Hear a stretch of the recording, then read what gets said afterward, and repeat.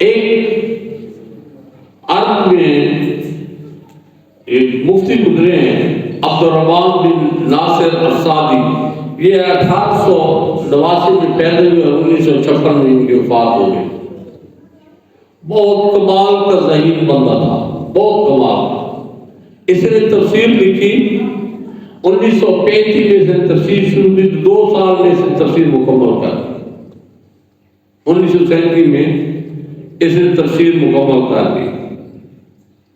تو یہ شیخ عبدالرحمن یہ کہتا ہے، مطلب یہ کہ آپ اس کو دیکھ لیں، اس کی فطانت دیکھیں، اس کی ذہانت دیکھیں، اس نے 2 سال میں تفسیر مکمل کر دی۔ اتنا عبور تھا اس کو قرآن اور حدیث میں، فقہ پہ اتنا عبور تھا کہ اس نے 2 سال میں تفسیر مکمل کر دی۔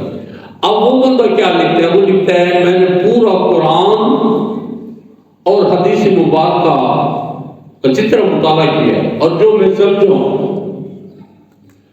تو تواتر کے ساتھ 6 اذکار ہیں پورے قرآن مجید میں جو بار بار ہیں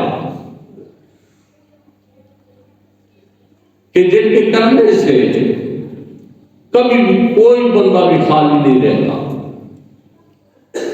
6 اذکار کا تواتر ہے جن کی تاکید کی گئی ہے۔